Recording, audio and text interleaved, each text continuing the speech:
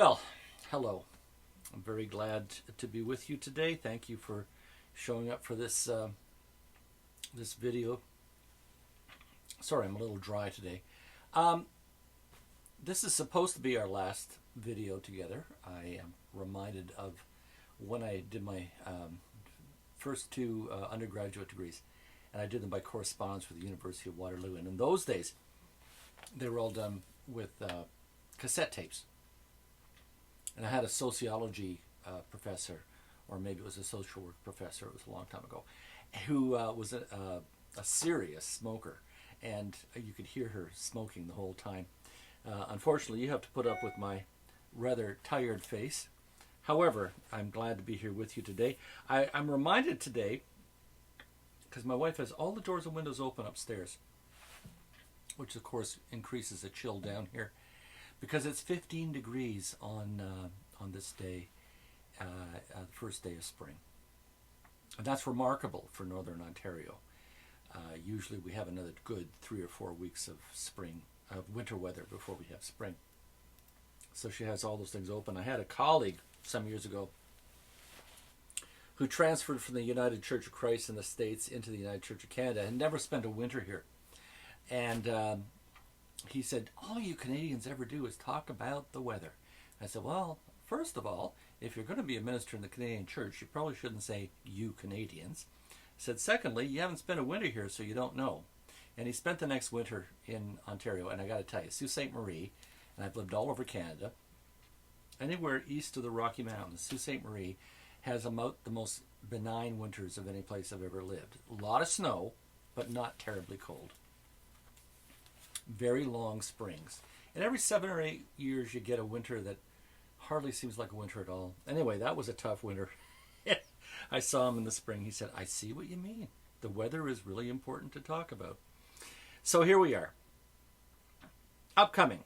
Your final papers are due on Friday, March 26th. I'd be happy to see them anytime now. I'll talk about that a little bit more in a minute. Your last reflection exercise is due on March 30th. I'd be happy to see them anytime now. Don't forget to post them on Brightspace so you can read each other's and comment if you wish. Encourage one another. I don't know. You tell me if you want to post your final papers, okay? And I'll make space for them on Brightspace. But I want you to know that the last 6 or 7 years of teaching, and I don't pretend to be the greatest teacher in the world, but the last 6 or 7 years of teaching have been quite discouraging. I had, among other things, 2 lay license worship classes. And I kept remembering how when I was in my doctorate I studied critical philosophy. I had to. And hearing about postmodernism and the destruction of the pillars of society and the decentralization of all thought. And in some ways, those things have been very, very good. The Me Too movement, the Black Lives Matter movement, the rise of First Nations issues in Canada. These are all very, very good things. But the destruction of the 5 pillars,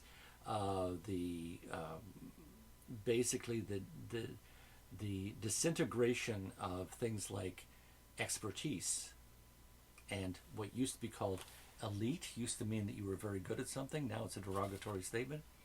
The derogatory reference to liberalism. Liberalism basically means free thinking or freedom, but it's no longer there. These things are all part of postmodernism. Well, we sat there and we went, philosophical epochs, they come and they go. They take hundreds of years to change. Well, postmodernism is here. It's a fact of life. And some of you who are much, much younger haven't known anything else already. So here we are. But I have been so happy allowing you all to work with me. And I don't know if the university is going to have me back next year. I'm 65. It is a great privilege to finish my career doing this. If they don't have me back, as they say, I can die happy. So And good for you all for the way you support one another, and also your responsiveness and involvement. Sometimes I can see that you get a little forgetful in your very busy lives, and you try to catch up on Brightspace. I'm not fooled, but I really enjoy seeing it, and I appreciate the effort. Our topic today are ecumenical concerns as part of theological reflection, integrated theological reflections. Now, in the United Church of Canada, in particular, we have a tendency to speak of ecumenism and interfaith in the same breath. A document that was written back in the 90s toward a renewed understanding of ecumenism, headed up by a brilliant colleague of mine, Karen Hamilton, seemed to perpetuate this misunderstanding. However, ecumenical concerns are not interfaith concerns, and vice versa. They're still important. I mean, what does Islam have to say about, for instance, marriage, if you're going to do an interfaith marriage? How does being Hindu affect the way that you approach asking for your child to be baptized? That will happen with some of you. It has certainly happened to me. When you are interviewing a couple and one of them is a Zoroastrian, are they aware that in this marriage, not that it's a reason not to get married, that in this marriage they will cease to be Zoroastrian? And the last time that one happened to me, a very good friend of mine was in that position, by the way. That's why I know about it. The last time that happened in my presence, the bride, who was a nominal member of my congregation, was not aware that her husband was going to cease being Zoroastrian. Well, I got to tell you, after hundreds of years, his family's used to it. It's a given. It didn't matter that much to him, but nevertheless, it's there. And it was something that really concerned her. No, and we live in a day and age in which people mix and match their kinds of belief systems in ways that I certainly could never understand. William Clausen James, professor of theology at the former Queen's Theological College in Kingston, I never knew him well. He wrote a very compelling paper in which he talked about dimorphism. And some of his books talk about this as well, in which he says we can hold belief systems, one, two, more than two, but dimorphism, of course, in terms of the morphology of the word, means two, at the same time. And I question that. One always becomes dominant. And also, I would still question that, in that a lot of what is religious in our world never declares itself to be religious whatsoever. When we talk about patriotism, for instance, we are talking about a religion of blood and soil. When we talk about international corporate capitalism, we are talking about a religion that requires human sacrifice. And as I've said in previous communications, we have non-declared religions which literally demand human sacrifice. You can barely drink a cup of coffee without some peasant somewhere getting their head peeled. I know, a very morbid thought, but it is a fact of life. Well, anyway, Bill talked about dimorphisms in religion, that one could be more religious in more than one way. And I kind of always argued with that, and it was never really an issue because we both love canoeing, so that worked. But then I discovered that, first of all, that religion is very much a Western concept. If you read The Life of Pi, it's a pretty accurate description. If you read the books of Louise de Bernier, other than Captain Corelli's Mandolin, you find societies built on multiplicities, really syncretism, from what Christians call syncretism, multiplicities of religions that blend and meld together. People do seem to function in this way. A lot of the quasi-Christian religions of South America, Mexico, are very much like that. People people do live with with 2 feet in more than one canoe. I don't know how they do it, and maybe I do it and don't understand it. But I think we have to be aware of it, and especially when we talk about, like I said, most places in the world don't talk about religions. They talk about ways of being. And originally, Christianity was the way of Jesus Christ, or the way of Jesus. And that is an important understanding, is that the boundaries and the barriers of what we call religion do not exist in most of the world.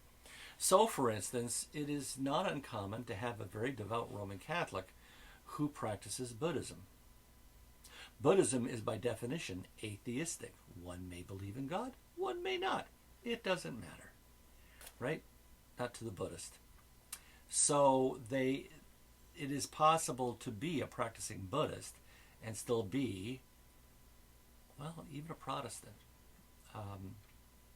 Now, to be a practicing Buddhist is not as benign as it seems. That's a conversation for another time. But atheism, in the truest sense of the word, means without God, or without reference to God. And true atheism is really not a huge problem. It doesn't mean I don't believe in God. It means to function without God. And even Dietrich Bonhoeffer said it's been, well, at the time of his writing, 300 years since we needed God as a working hypothesis. And this is important for us to realize. The world has gone on without us. We are our way of being, in terms of living inside a paradigm of God known in Jesus Christ, is not material to Western thought or conduct anymore. I have a very long story I can tell you about that, but it's amazing the number of people who get their back up over the idea of school boards not making reference to the Judeo-Christian heritage of ethics when they themselves don't support any church or religion. Okay, what we're talking about is not the interfaith issues, although they're very important. And I'd like you to keep your eye out for those, mostly because we have a pastoral obligation to point out if there are potential pitfalls. So if you have a man who is raised as a devout Roman Catholic marrying a Hindu woman, well, they need to talk about how those two things inform them, even if they're no longer Roman Catholic or Hindu practicing. Because this stuff sneaks up on you, let me tell you. We're talking about ecumenical. Ecumenical is an in-house term. The term ecumenical comes from the word economy, which is the same word with which we get economy. Basically means household, the inhabited world. Inhabited by whom? Well, we're talking about the Roman Empire. So this is the civilized world, right? So it's the economy of our religion, or the economy of our faith. It's the household of God. It also refers to oike, meaning house. And it's the same term, same root that we use in the term the economic trinity. A little harder to understand, but very, very important. Excuse me.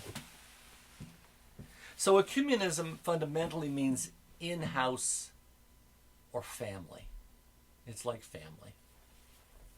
I am not blessed with a lot of close family connections, because the ties of blood and soil, to me, is a form of abomination, a form of, we should not be governed by the urgency for harmony amongst people on the basis of blood, right? So I've never really been very popular in my family, so off we go. But you may have a very, very different experience, entirely different. Bowles-Weaver, in her book Pastrix, talks about how and surprisingly, how her family accepted her move to become a Lutheran pastor, even though they were of a much more fundamentalist church. That's a good thing. That's something. But when we talk about the ecumenical family, some are simply closer than others. So from where we sit, and we are not the center of the ecumenical universe, but it looks like it from where we sit, we have this relationship to Roman Catholicism, to Orthodoxy, the Anglican Episcopalian traditions, Lutheran, Methodist, Presbyterian, and the Reformed churches. I'm probably forgetting a few. Among them all, we hold a common notion of baptism, but not of marriage, and not of the Lord's Supper or communion or Eucharist or whatever it's called in the various traditions. So if I were to go to, well, I had a friend who was a church musician, and when the Lutheran church moved into town, she was asked to be their organist, which she agreed to do. And when they served communion, she went up to get communion. They refused their communion. And she went, "That's fine. Find yourself another organist." This is a Baptist woman who became united. And that didn't sit well with her at all. If I'm not welcome, I'm not welcome. That's all there is to it. So we hold this idea, or rather we hold dear, we believe, that's what believe means, to hold dear. We hold dear a common concept of the act of baptism. Not its meaning, but the act. And so we hold that in common. Our baptisms are generally accepted across the board by each of these denominations equally. We accept each other's baptism, not communion, not marriage. To us, for instance, marriage is not a sacrament. It does not lead to the cross. Some jokester will say it does, but no, it doesn't. So it's pastorally necessary when you have a couple come to you and one of them is Roman Catholic, or both of them, that you tell them that the Roman Catholic Church will not recognize the wedding, marriage. That's not our problem. That's a Roman Catholic problem. We can't do anything about it. 99.9 times out of 100, they will say, "I don't care." And if they want to get married again in the Roman Catholic Church, if they want to have the ritual there, they can do that later on. I could say more about that in terms of the dimorphism of marriage. Well, I will say that. The United Church has a terribly inadequate theology of marriage. And most people in the United Church, and I know this from back in 2002, when the United Church decided to allow for the marriage of same-sex couples, we were all supposed to survey our congregations and determine the will of the congregation. In my congregation, they would not meet. They would not meet and discuss with each other. I had to talk to people individually, and I talked to about 75.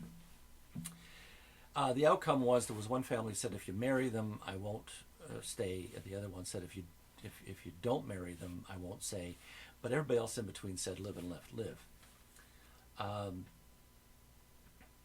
The one who said, "If you do it, I'm going to leave," found out that a dear niece was marrying another woman, and they changed their mind.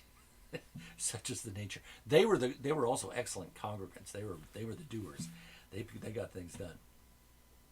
So anyway, in all of that, it became apparent that people thought of marriage in terms of its legality. That is not what we do, okay? I have done weddings for people without any of the legal papers. It's a covenant. The covenant is what matters. The other thing we do as a service, and it's probably a deal with the devil, we got to be careful about it. Okay, so that's that. Communion is a different issue. Now, baptisms among us, you have to remember that we have this ecumenical agreement as to how baptisms are to be done. And I mentioned this before. Our situation with the Roman Catholic Church is not a done deal. I had a predecessor show up at a public meeting one time and publicly deride me, and he was a friend of 40 years, publicly deride me out of nowhere for having done certain things at a baptism to make it ecumenically acceptable. And when I challenged him on his interpretation, he slammed his hand on the table and said, "You are full of," well, I'm going to say crap.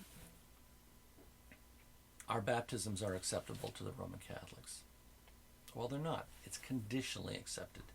And I will say that a local Catholic church has now disallowed all his baptisms, and no longer accept any baptisms done in my previous congregation prior to his retirement.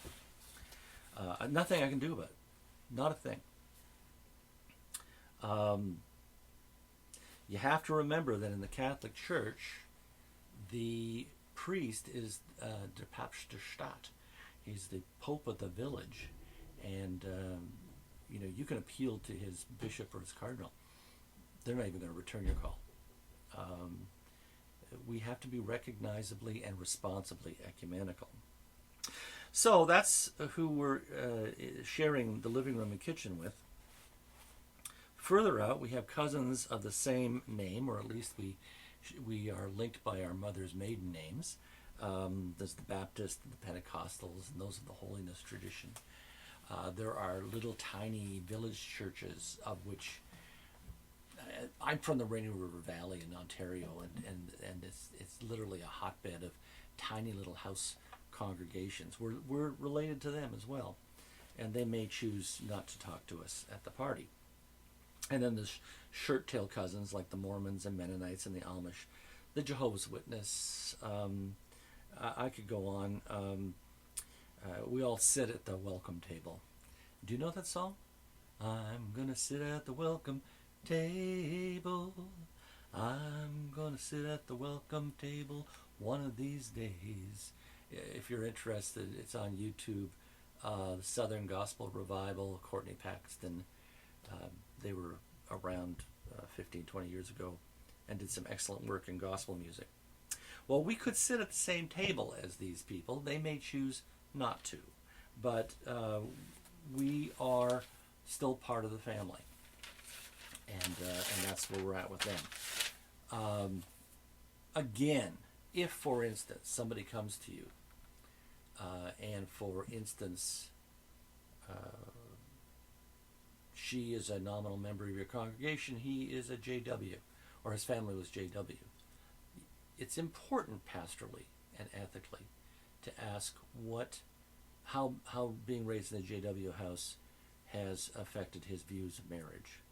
It's important to know, because I have no idea, if a person who was Amish and left the Amish community and what happened there, and how that might inform their view of marriage. So concerns and ethics, pastoral concerns and ethics around ecumenical contacts. Back in the 60s and 70s, there was a weird dropping of boundaries in between everybody. It was rather indistinct. But I remember there were times when, very pridefully, ministers and priests would talk about co-officiating at weddings and things like that. That doesn't happen anymore, in large part because of the Catholic problem of marriage being a sacrament. Although how that becomes the wedding, I don't know. I mean, the wedding's an event. The marriage is a relationship. I can never figure it out. Still can't. But that died out in the early 70s. Ecumenism became something else. And when I did a lot of work in interfaith and ecumenical relationships back in the 90s, basically ecumenism became a lot about becoming more like Mother Church. And that was true of the Anglican Church as well. 72 thereabouts. For a bunch of years, the United Church of Canada had a flirtation with the Anglicans. I don't think we acted very well, but they didn't budge either. So that never happened. There was supposed to be a union in Canada, and it didn't come off. But the hymn book at the time came out of that, and that was a good thing. Just checking my notes here. So, in terms of these concerns and ethics, I already mentioned the responsibility to make sure to check with them about their family of origin and their relationship or the teachings on marriage and how that's going to affect who they are and what they do. It's important pastorally that you point out that marriage is not, our weddings are not acceptable to the Roman Catholics. But then we come to the issue of baptism.